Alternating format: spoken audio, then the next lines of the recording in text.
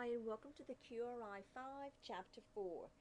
Uses of the Qualitative Reading Inventory 5, the examiner as a reflective decision maker. There are lots of decisions that you would be able to make if you were administering the QRI-5 in your classroom or as a reading specialist, a diagnostician. We're going to go over some of those, but I am going to emphasize those decisions that I've made that I need you to complete when you're administering the QRI-5 for this course. The QRI-5 has different uses. You can use it to estimate the individual instructional reading level for your students. You can do a group administration. You can use it to indicate growth and monitor progress of your students. You can use it to verify any problems that you suspect, as well as to guide your interventions. To estimate the individual instructional level, you typically do the mode of reading done in your class. So if they are reading silently, I'm going to have some silent reading. If they're doing orally, I'm going to do some oral reading. For this class, you're going to all be doing silent. You're all going to be doing oral reading. Oral. The only time that they will be doing silent is if you are at the grade level in which they're actually doing silent within their own classroom. We always begin with the word list, and we usually begin 2 grade levels below. So if they're in 3rd grade, we begin at the 1st grade level. We always start with the narrative text first, and if they're at a younger level, we pick a narrative with pictures. We do the word list. Wherever they score independent on the word list, I use that as my starting point for the narrative passages. So to begin the word list, I did 2 grade levels below. For the word list, I had to find the independent, instructional, and frustration level. 2 grade levels below could be their independent. Then you move up. I'm going to move up 1 grade level. So if they were in 3rd grade and they started at the 1st grade level, the 1st grade level was independent. I go to 2nd grade level, that could be independent as well. I go to the 3rd grade level, and that's independent. So then I go to the 4th grade level, and that's instructional. I go to the 5th grade level, and that's frustration. You found your levels for your word list. Now I'm going to start with my passages. I always start with the narrative, and I'm going to use narrative, and I'm going to pick the independent, the highest independent. I use the highest independent. They're going to do the narrative. If it is a lower level child, I'm going to do narrative with pictures. I always have them do the comprehension questions, regardless if it's an individual or it's a whole class. For this course, you're going to be doing the comprehension questions as well as you're doing the recall. Recall is more time consuming and it takes a little bit longer to score, but it will give us some information that we need to identify if they can recall the information without any aid. Do they do it sequentially? Do they have all the elements of a narrative and all the important aspects of an expository? For group administration, it has to be done silently. I begin with an on-level passage. This is my whole class. Everybody gets the on-level. We all get a narrative. Everybody reads and answers their questions. I then take them and score the comprehension questions. Not everyone is going to score instructional on this grade level. So from there, I will group my students and continue to give them more passages and questions based on their performance.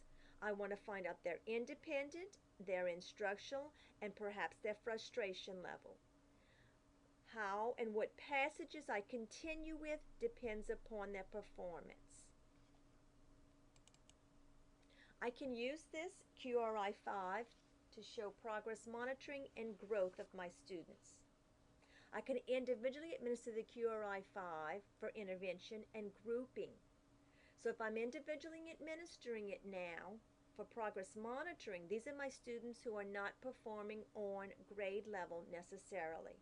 I could give a pre and post, prior to RTI, prior to an intervention, post an intervention, post RTI instruction. I could give it at the beginning of the year, middle of the year, end of the year.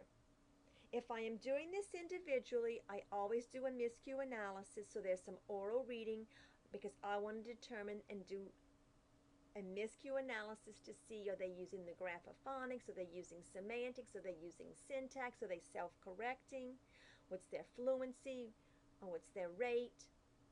Now, when I talk about pre and post, do I use the same form or a different form? Time is usually the factor. If you're going to give it at the beginning of the semester and the end of the semester, you may use the same form.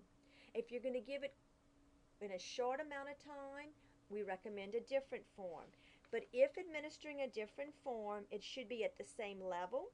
If you're going to compare it, the same structure. If you gave narrative, you must give narrative again for the pre and post. If you gave expository for the pre, you need to give expository for the post. And it should have the same level of familiarity as well. I can use the QRI-5 to verify any suspected problems I think a student is having. Perhaps if they're having problems with expository text in my class, I find a passage of expository text form. I have them read and answer questions, and then I look to see, is it the expository text are they having difficulty with? Does it matter if it's this grade level, another grade level? Unfamiliar topics. I find a selection from the QRI-5, which would be unfamiliar. I have them read it, answer the questions, and do lookbacks. Do they comprehend? Does the comprehension improve? Does the comprehension improve based on being able to go back into the passage and find the information? I can also compare it to a passage which they are familiar with.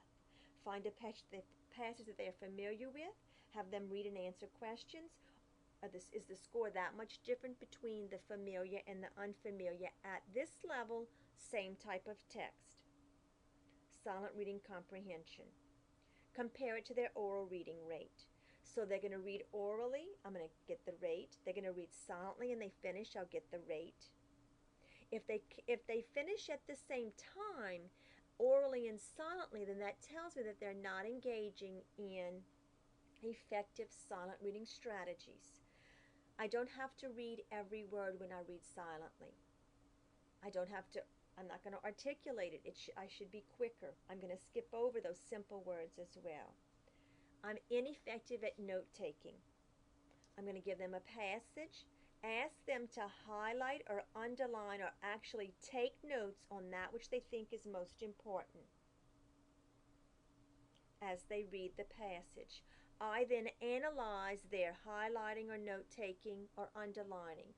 Did they find that which was most important? Were they able to identify the main idea, the supporting details? Were they able to identify the key important narrative elements? Or are they highlighting everything? Then I provide instruction. Recall. Have them silently read a passage and recall. Then ask the questions. Were they able to recall all of the important information? Or was it only when you had the questions where you actually asked the question and aided them with the topic or concept that you wanted them to remember? Compare recall with questioning. Intervention. So what types of intervention do I need to provide my students? Are they able to identify words accurately? I look at their score on the word list and the grade level. I look at their score in the word passages in the context, and I see level of performance based on grade level. Is it their appropriate grade level? Identify words automatically. When I look at the word list and I look at the scoring, was it identified automatically within that 1 second, or did it take longer than a second? I look at word identification strategies. You have to do a miscue analysis on those passages where they scored independent or instructional. I look at the graphophonics, letter-sound correspondence with the word they said and the word that was written. Did they have the same semantics? The word they said and the word that was written, did it mean the same thing? What about syntax? Is it the same part of speech? What about with word identification strategies? Are they able to do the analogy? For the pre-Prima 1 through first grade word list, if I give any of those word lists, I do the analogy word list, which has the same word family, the same phonogram. Are they able to make that connection and crossover? In regard to words in isolation versus context, in the passages, the words that are underlined are the same words that I gave in the word list. I then compare. Did they get the words correctly in context? Do they also get them correctly in the word list in isolation, or vice versa? Types of text. Once you find their instructional level in narrative, if it's third grade instructional narrative, you then give them one expository, that same third grade level, and you compare. Do they get instructional at the same level? Do they score frustration on the expository? Or in some instances, do they score independent? Some of my boys prefer expository text depending upon the subject matter, or the girl, depending upon the subject matter. If there's a high interest in that expository text, they may score independent. I need to know that. Mode of reading.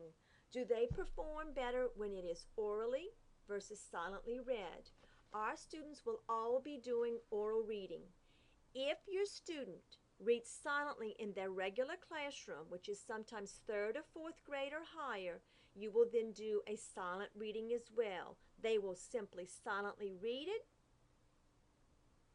You're going to ask them for recall, and then you're going to ask the comprehension questions.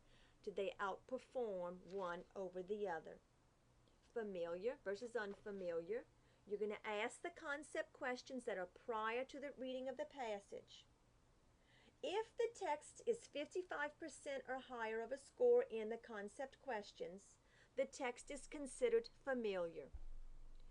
Research has shown our students usually perform better in the comprehension if the text is familiar, because they have the background prior knowledge that they can use to help aid them in comprehension. Or does it not matter? Did they not score better in familiar versus unfamiliar? That tells me they're not using that prior knowledge to then aid them with their comprehension, so then I would need to help them with that. If you're doing lookbacks, which is third grade or higher, or if they understand the concept of skim and scan, do lookbacks aid their comprehension? Are they able, though, to quickly find that information, or do they want to start from the beginning and read word for word? That's not a look back. The use of comprehension strategies is referencing the think aloud. That's sixth grade or higher. And that's their ability to verbalize their thinking process, where they think aloud about their inferencing, their summarizing, that movie that they're making. I will only find this information out if I'm doing a think aloud, which is for my higher students. Valuable information, but I can't get it on all of my grade levels. I hope this information helps with your